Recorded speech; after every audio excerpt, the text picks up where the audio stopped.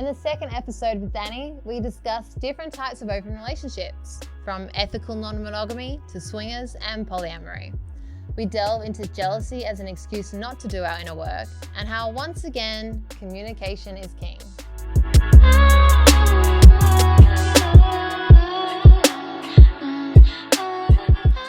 Hi, and welcome back to the Life of Tashmia. I'm Tash. So we're back today with one of my very good close friends of mine, Danny, who you would have met on a previous episode when we were talking all things sexuality. And we brushed upon the concept of non-monogamy. So today's episode, we're going to take a bit of a deeper dive into that and what that entails. Welcome back, Danny. Thanks for being with us. So I want to just give listeners a little bit of a rundown, because not everyone is so familiar with these concepts. And I really break down non-monogamy into kind of three main categories. They all kind of go into their own subcategories. But, you know, we've got our main three categories, as I describe as either ethical non-monogamy, so often referred to as ENM, consensual non-monogamy, CNM. So they're kind of the same thing, but people interrelate the ethical consensual term, but basically that's what that is. Again, that can look in many different forms, but basically it is people who step out on their relationships, so people who are cheating on their relationships but being honest about it. And I think that was kind of my first draw to open relationships, because I never wanted to cheat on a partner.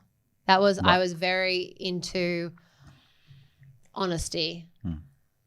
But I had desire to do it, but I never would do it. So when I came across ethical non-monogamy, it was just like, this is like a match made in heaven for myself. The next category we get to is kind of swingers. I'll just kind of group them into that. And probably this is the term most people are familiar with. You know, we've got that very old-fashioned, keys in the dish kind of parties, but it's really not like that party these days. And that's people, couples or even single people who go to play parties, I like to call them, and, you know, either play together or their partners are playing with other people, or you know, there's myriads of ways you can obviously imagine that happens. But generally I categorize those people as people who often play together. You can also be a swinger and ethical non-monogamous as well. I would definitely classify myself as that. And then you have polyamory, which is something we kind of touched upon in the last episode, which is kind of a very big thing to explain to people. But my best analogy for it is the ability to have connections, as we said last time, in parallel with different people. And the concept that love is not limited. Yes. And that you can love or have a connection or whatever it is with more than one person at a time. And there's different types of polyamory. You can be a solo polyamorous, which I think is what you classify yourself as, Danny. You can be in a polyamorous relationship where you have a primary partner. So there's a hierarchy in that relationship. So the primary partner takes preference over all your other relationships. You can have polyamory where there is no hierarchy, where there might be, a throuple, a quadruple, or any number of people in a group, and there's different relationships happening at all levels. And there's also different, I love the letters, like, the W's. If you think of a W, like this person's connected to this person and this person's connected to this person, but these two people don't have a relationship. So there's so many myriads of what a polyamorous relationship could look like, but they're kind of the three main ones. Yeah. The important distinction in the polyamory is that you can kind of sit down, I don't know if this is a rule of thumb, in a polyamorous situation, you can kind of sit down with the other members of the polyamory group and have breakfast, and it's not a problem. Yeah. Depending on the I guess, your setup and the rules and kind of what's allowed. I kind of look at polyamory, as you said, like you were the first person to introduce me to this concept many years ago, and it does still to this day really resonate with me. Polyamory, this idea of multiple connections at one time, I do believe in it very strongly. The best way that I've heard of an analogy for it is, for example, when you have a child, you then have a second child. Does the love for your first child halve because you've got a second child? So we accept the fact that we have the capacity to grow love in the sense of maybe a parental or family sense. Yeah, so love is infinite. So our love is infinite. We can already see that. Love doesn't have a cap. Yep. Oh, well, now I've had my second child, the third child I'm not going to love. No, love can grow. One of the immediate, I guess, problems that people have with polyamory is that how do you negotiate that? Yeah. So, and I think the very fact that we can't negotiate, single heterosexual monogamous relationships very well, is an indicator that we're not doing the dialogue, the conversations. Yeah. We're not doing those well in the first place. Well, this is the thing. We're not very good at monogamy as a whole, as society. Yet we keep doing it. Well, it made sense when you live to the ripe old age of 33. Yeah, it was till fine. death do us part. Kind of made sense. And the fact, Esther Perel talks a lot about this. What relationships and especially marriage is now is not what it was originally. No. And that's a massive topic. We, not going to go fully into that. But marriage. There's a whole lot around property ownership. And then obviously that, with the agricultural revolution, that massively changed, women's place as being, more property of men or being in a home.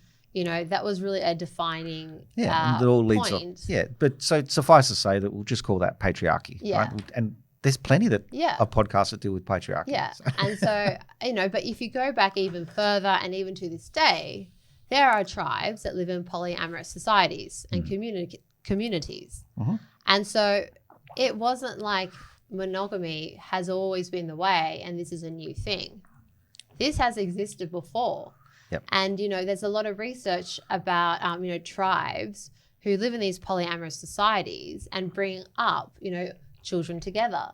Some of them have, I can't remember the exact. Well, what do you need to raise a child now?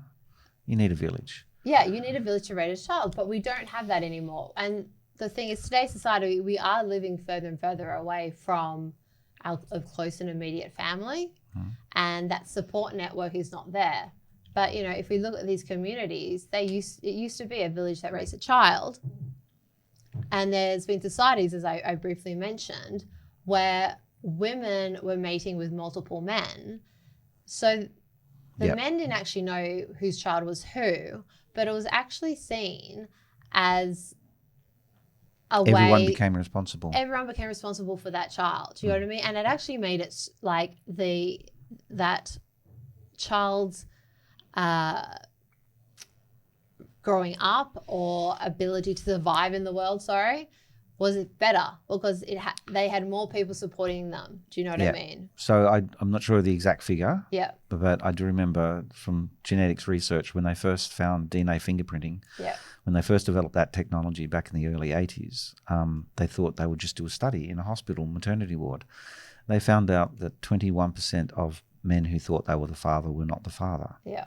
So this has been going on for a while. Now, that's not ethical. Yeah. Right? That sort of study would no longer ever be considered from an ethical basis.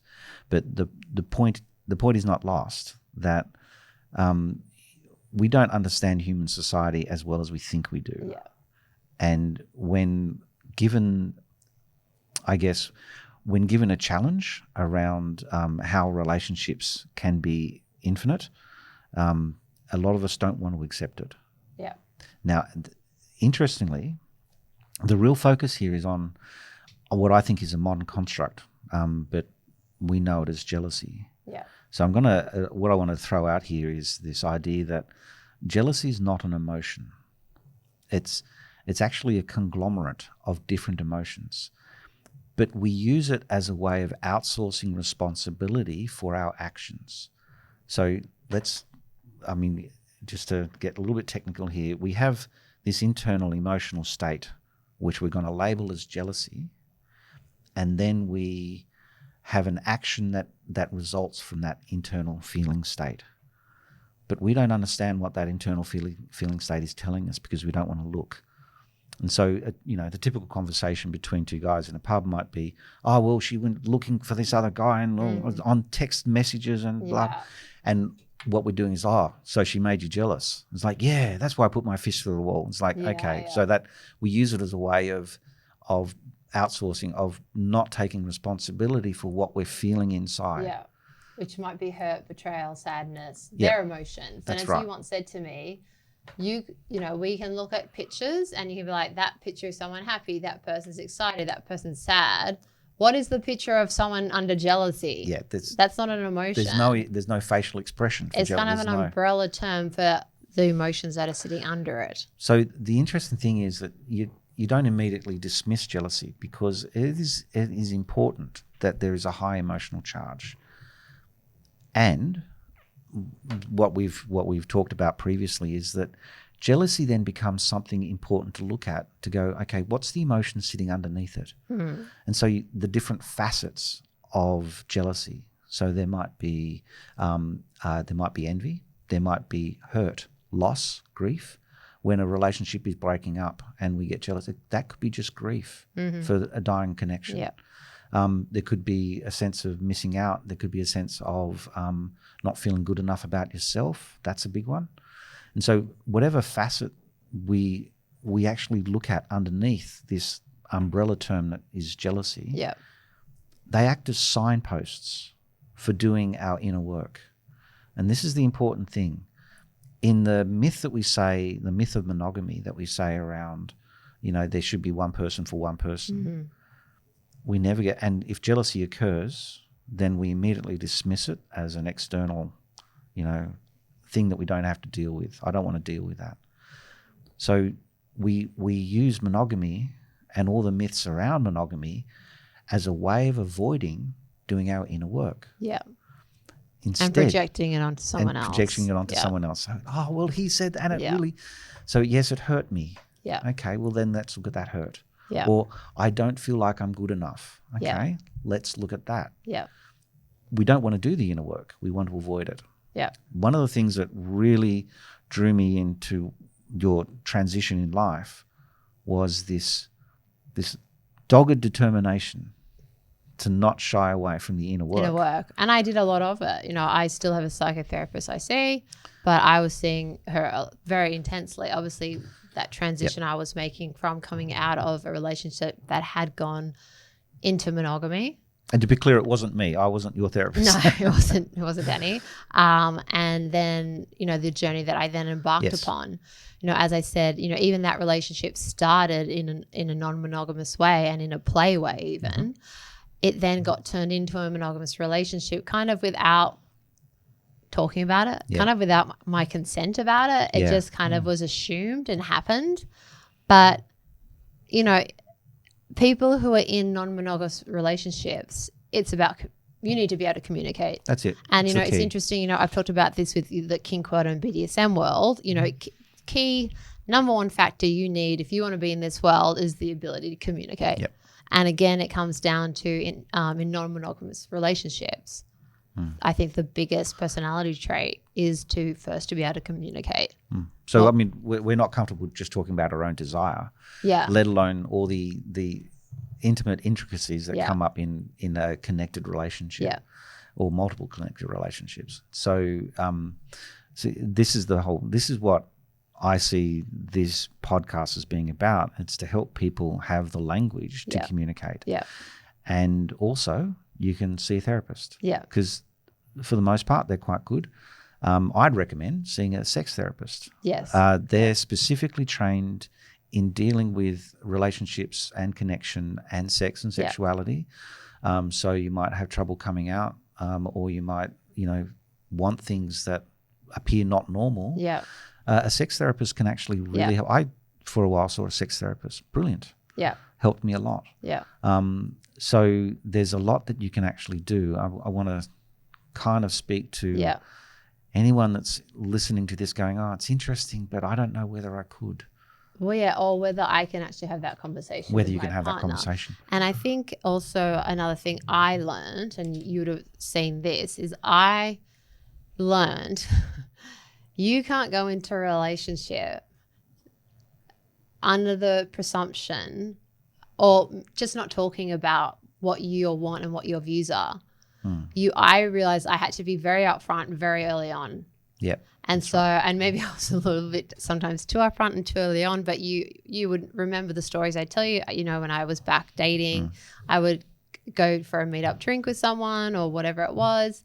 And it wouldn't be the very first thing I said to them, but at some point in the conversation, I would say, I'm ethically non-monogamous. I don't believe in monogamy, because I realized you can't start a relationship under the pretense of something else and expect it to be able to change later, which is what had happened in my previous long-term relationship. Even though, as I said, we started off in play and non-monogamy.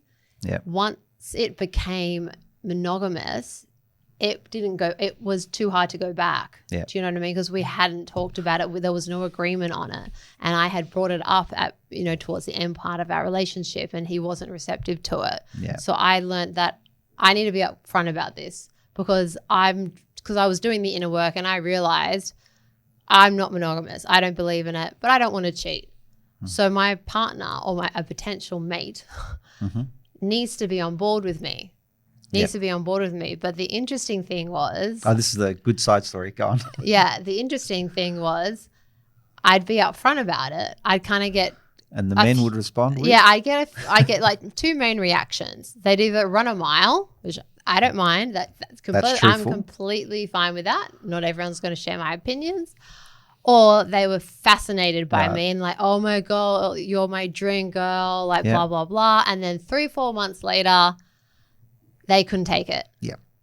And that's it was a very common experience. We saw this time and time again. And then I got to the point where I was like, okay, I need to find someone that is on this journey already for themselves. And that was a very big learning curve, because these people were coming on this journey for me. That's right. Not for themselves. And they hadn't done any of the inner work that was necessary. Again, what was probably going, and we don't know because we haven't spoken to these, they would flake. I think you called them the flakes. The flakes, yeah. They would flake out. Yeah. So what was going on with these men flaking, thinking that, oh wow, I found the perfect, and and then no, they would not be into it at all. Yeah. So they hadn't actually addressed any of their own internal issues around what they would understand as jealousy. Yeah. But would be something else. And also I think the fact that they didn't like the idea of me embracing my sexuality.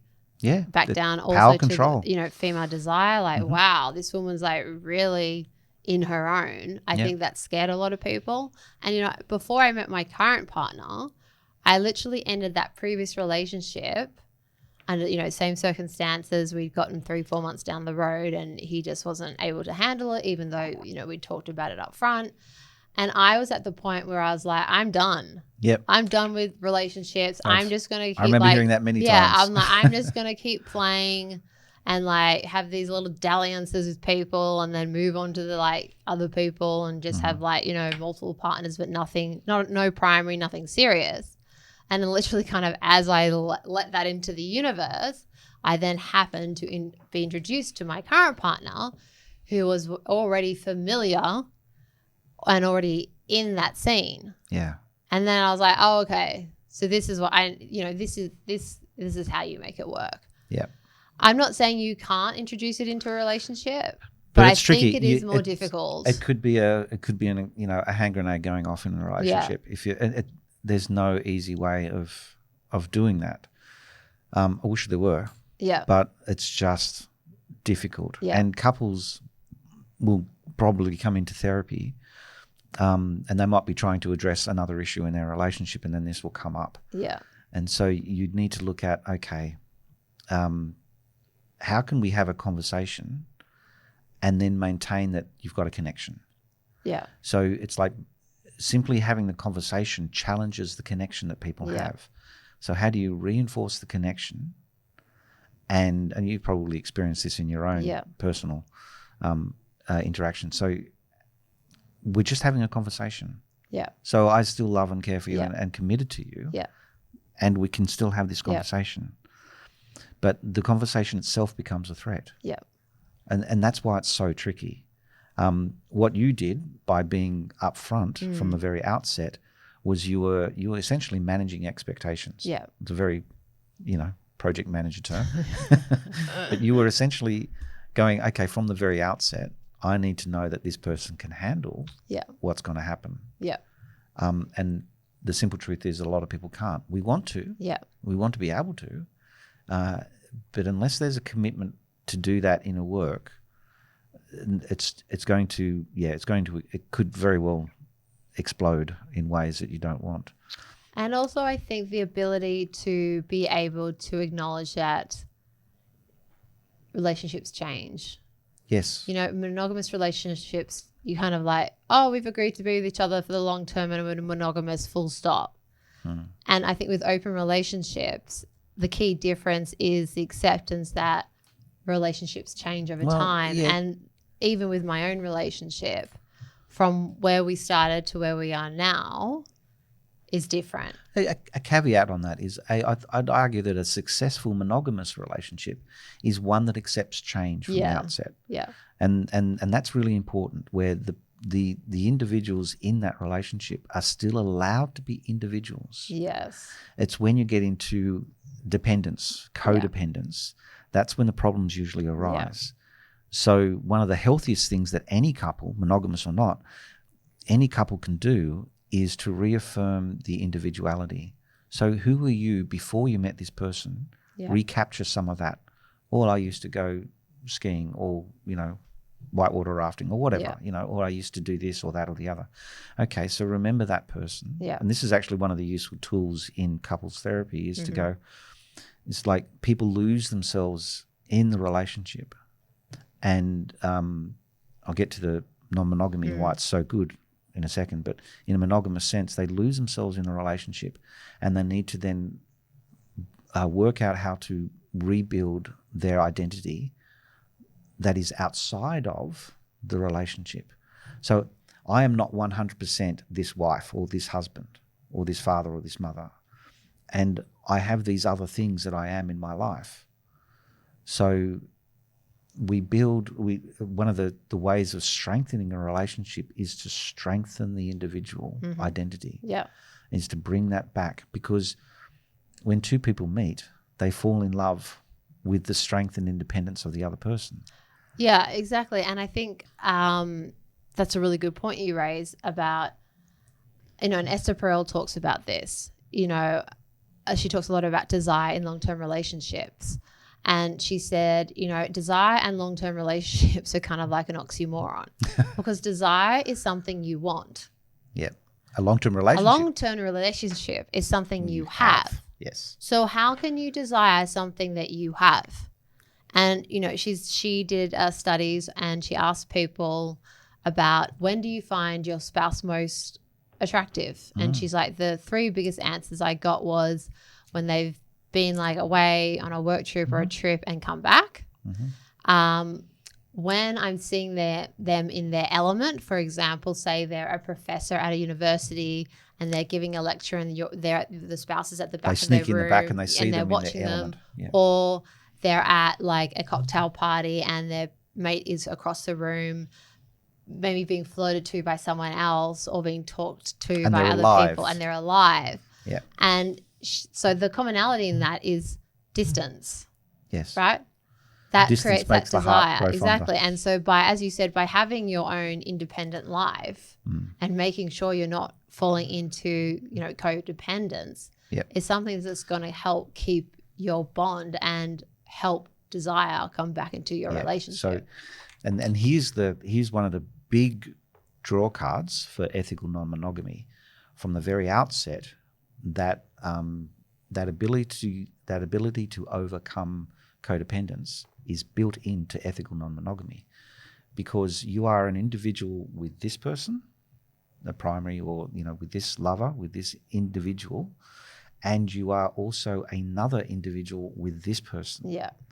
who is a separate individual. And so in a way that individuality is maintained, it's kept intact through the very simple act of having multiple connected relationships. And they don't even have to be sexual ones. No. I mean, our one, for instance, is not sexual. And we have this again. This is an Esther Perel concept where she said, we've come to a day where we expect our spouse to be everything. That's right. We expect them to be the provider, financial the lover, provider, our father to our support, children, therapist. Our therapist, our best friend, everything. Yeah. And she's like, we used to get that from a whole community of people. Yes. And so I think that's really where the concepts of getting our needs met by multiple people is so much healthier rather than relying it all on one person. Yeah. So, this guy doesn't want to go down on me, but, this lover does. Yeah. And I like that. Yeah. So, I mean, at a very practical level, that's the sort of thing that can play out. Yeah. But it's more than that. It's also the emotional need. See, this comes back to that when we talked about in the previous episode where, we're spiritual beings having a physical experience.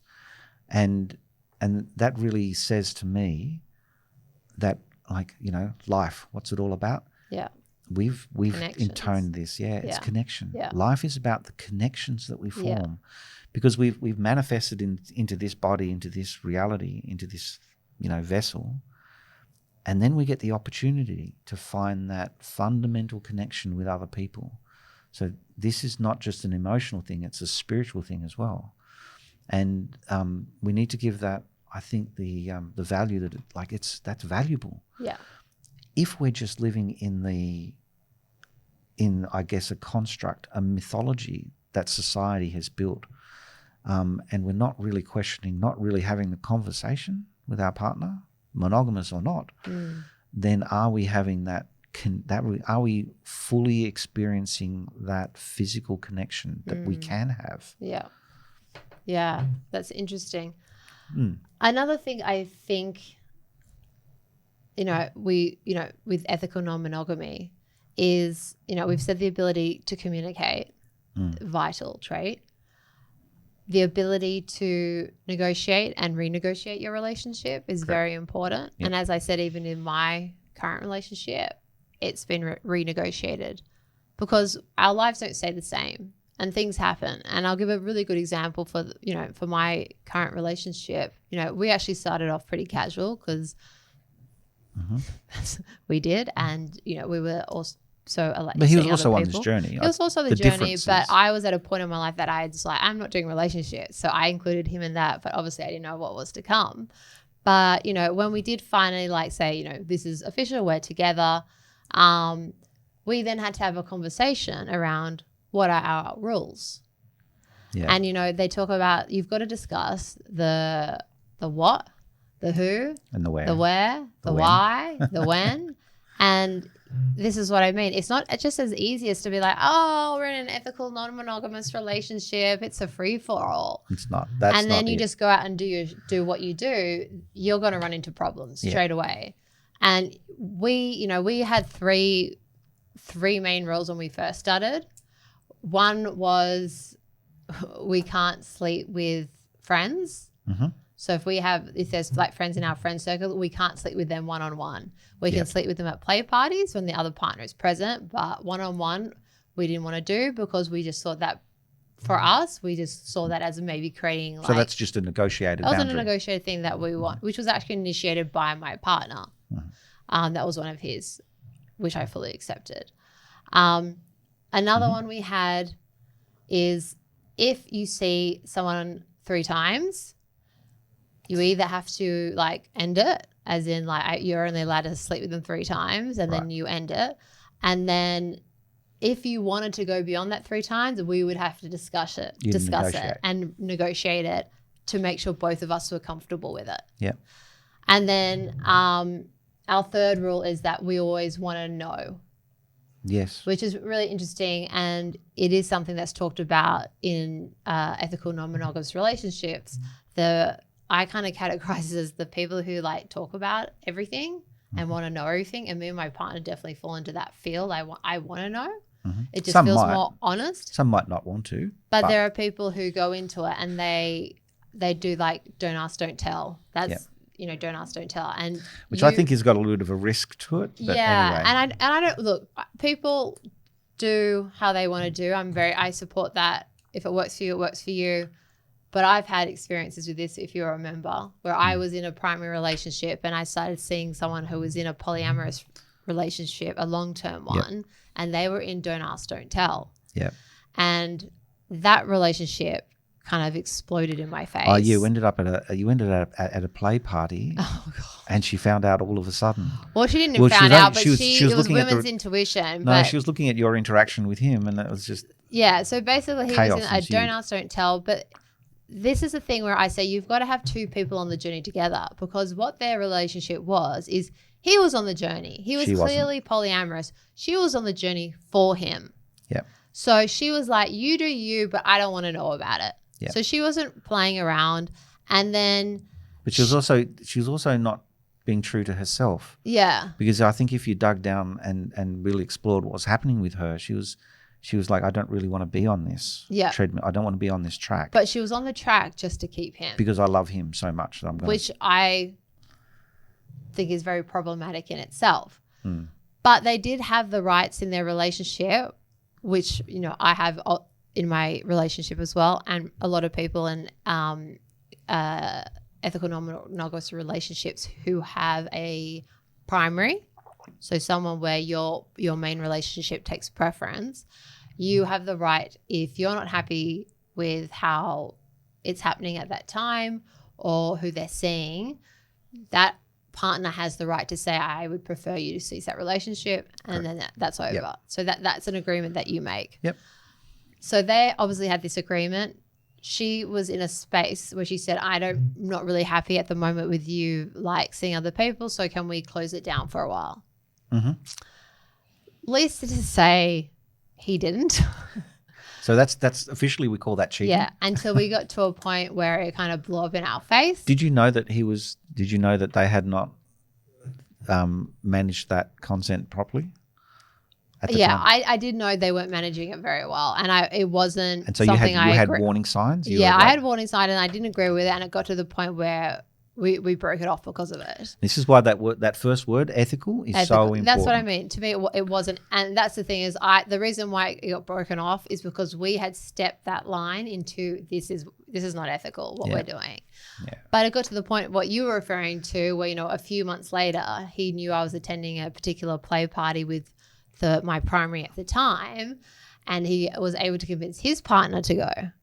But he told me, look, because she doesn't know, can you keep it pretend secret? And I am the worst liar in the world. I can't lie to save my life.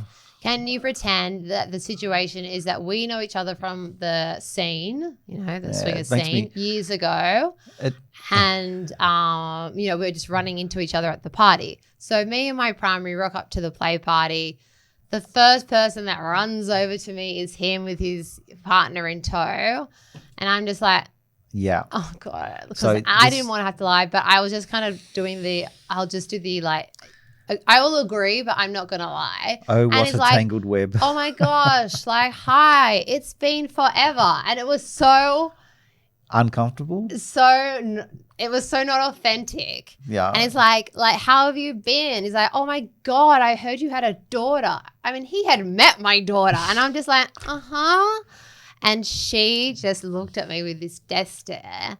And, she knew. Woman's intuition, she knew. And he thought he could somehow that night merge us as two couples and start like a quadruple thing. This is actually, but she was having none of it. Yeah, we got into a room, me, him, and her, and my partner. She literally made an excuse to get out. Yeah. So this is actually, it brings up a really important point, which is consent. It was he had not engaged in a proper consent dialogue with her. Do you think don't ask, don't tell relationship is going to engage consent? It's not. No, and now I know, as I said, people do what they want to do, but I think it's very hard to have an ethical non-monogamous relationship in those circumstances. Yeah. And look, we don't know her full situation, and we can't we can only make, we can only say what we're saying, but we don't know what's really going on with her. Let's call it jealousy, but there could be this sense of grieving or a loss or something that's going on for her, which is, why doesn't he want just me? Why aren't I good enough? It could be any number of things, and we'll probably never know. Yeah. And it's quite sad because she hasn't actually been given the support to properly explore those feelings that are going on. Yeah. And instead, he's kind of run roughshod over that whole situation, not talking in a consensual way, not managing consent in that way. Well, consent is not something managed; it's something that's negotiated. Yeah. And so you end up with this, oh, what a tangled web we weave, and practice to deceive. Maybe Shakespeare was polyamorous. I don't know. Maybe. Now, we've talked about jealousy, and I really want to get into compersion. Compersion. Big topic. Yeah. Okay. Explain to our listeners what compersion is. So, okay, if I have a partner and I want my partner to be happy, if she finds someone else who makes her happy, then I'm going, great. You feel happy. That's brilliant. So it's often described as the opposite of jealousy. It's the opposite of jealousy. The ability to see your partner get pleasure or enjoyment from someone else gives you pleasure. Yeah. Do you enjoy seeing your primary? In Love it. It's one of my favorite things. Yeah. Seeing my partner just in pleasure with someone else. Yeah. I really enjoy it. There's a step, is that a kink thing, or is that just you just enjoy he's getting the fullness of life? I just think I understand the concept of compersion. I've never been a jealous person, so I have been lucky because people have asked me, like, how do you deal with jealousy in an open relationship? And I was like, how do you deal with jealousy in an open relationship? Yeah, I was like, to be honest, jealousy is not really something I've ever struggled with. Also, I do have polyamorous beliefs. I'm not in a polyamorous relationship right now because the difference, really between ethical non-monogamy and polyamory is that emotional connection. Yep.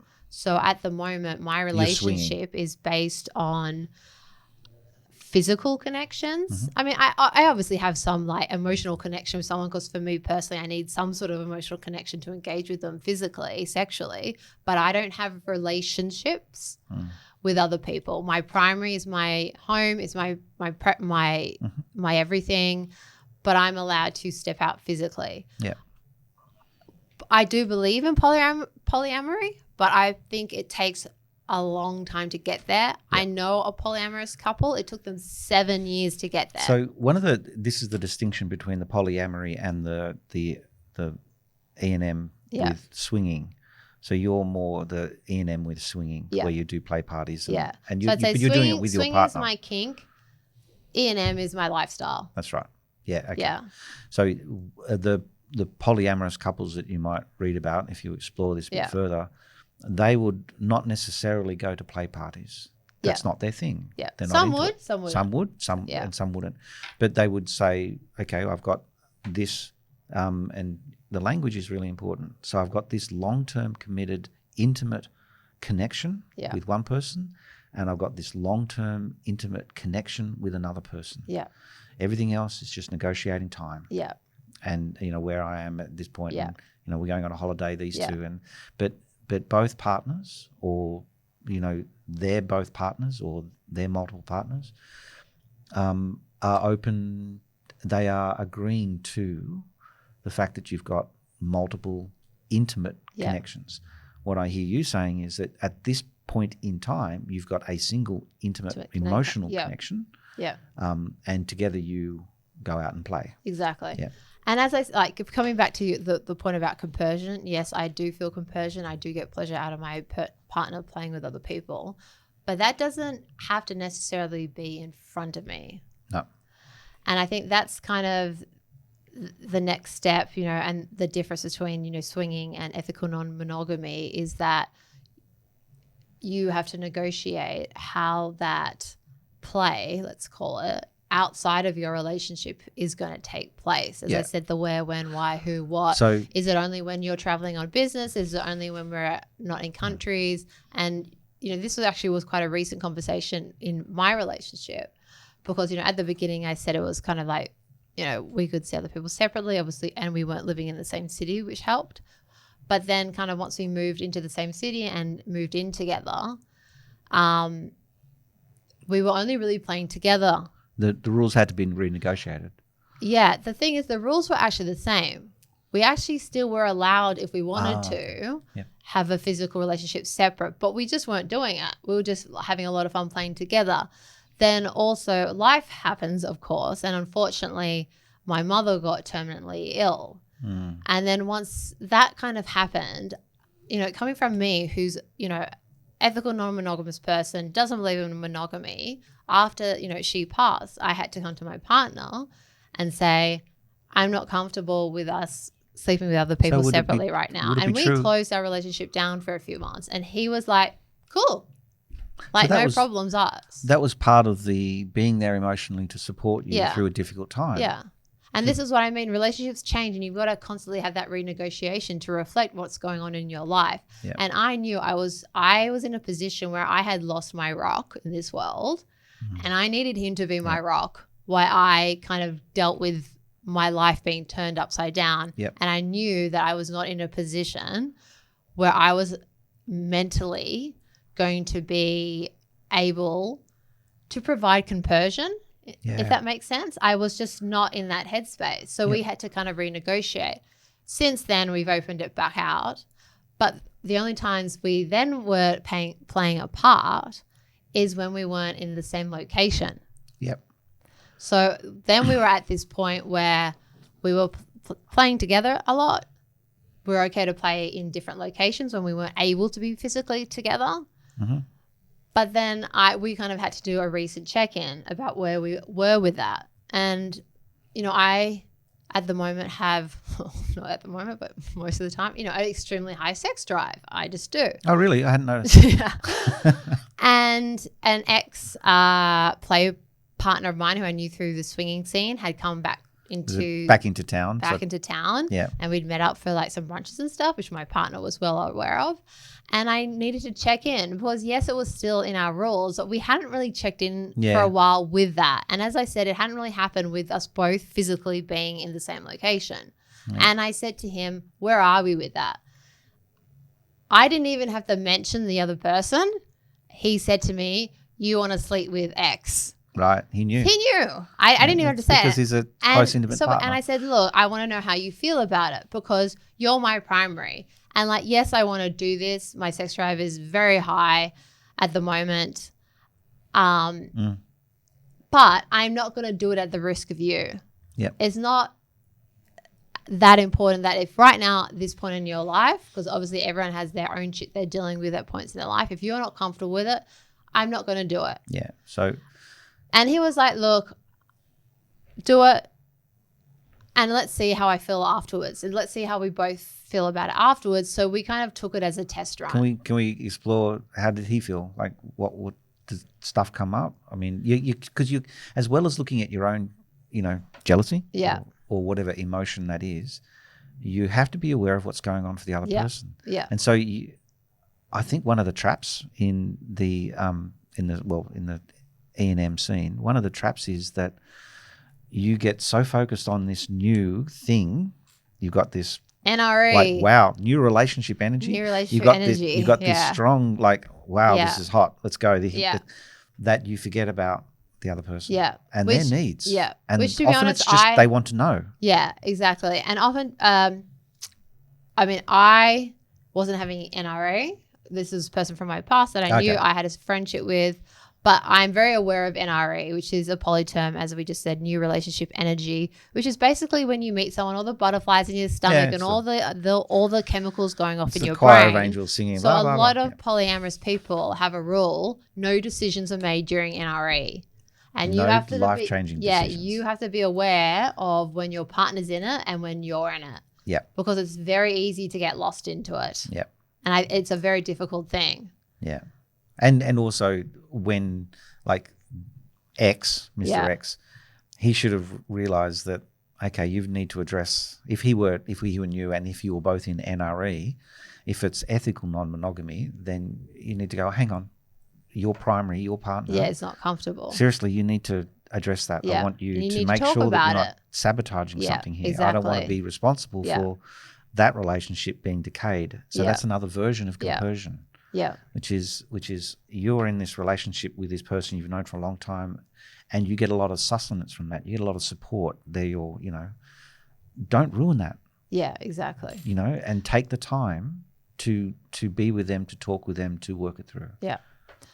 Just as a final question for today, I mean, we could talk about this topic for hours. We probably have. But I want to ask your advice. Mm-hmm. If there's listeners out there and they are curious and want to go into talking about ethical non-monogamy or polyamory with a partner, how do you think is the best way to go around it? What tips would you give them? Okay. Well, first of all, you need to be able to dissociate the conversation around this with any action that might result. So that's a tricky, subtle thing to work with. Yeah. But it's like, can we talk about? And I would actually start with, what you're looking for in terms of pleasure, in what you're looking for in terms of. I mean, a guy's going to hear that. Yeah. They're gonna pay attention. It's like, oh, you want? Okay, well, yeah, we can look at that. So maybe start with what are you looking for in that relationship with him or her, and then going, okay, is there stuff that you won't do? What should I do with that? Yeah. Like, I've got these unmet needs. Yeah. So it's like, and this is over months. Yeah. This is not something that you do in an afternoon. Yeah. But it's about building a bridge between the dialogue of possibility. So you're kind of planting a seed, but wait. They need to come with you. It's so interesting. This is how the advice I give about how to start a kink or BDSM conversation. And then plant a seed and wait. So but then you need to be very patient. Like, you might have your own need you want to nail this other person. You might have your own stuff going on. How can you put that on hold? Yeah. And then ask your partner what they want. Yeah. So that opens up more dialogue. That opens up more conversation. And then the possibility might exist where, as well, if you want to, are you open to the idea of working on our relationship? Can we go and see a sex therapist? Yeah.